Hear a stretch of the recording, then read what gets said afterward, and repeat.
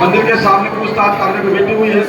आप जहाँ कहीं मेरी आवाज़ सुन रहे हैं, मंदिर के सामने पूछताछ करने को पहुंचे। दूर एक बच्चा जो अपने परिजनों से बिछड़ गया है और मेरी आवाज़ सुन रहे हैं, तो आप 32 सेकंड मंदिर के सामने पूछताछ करने को पहुंचे।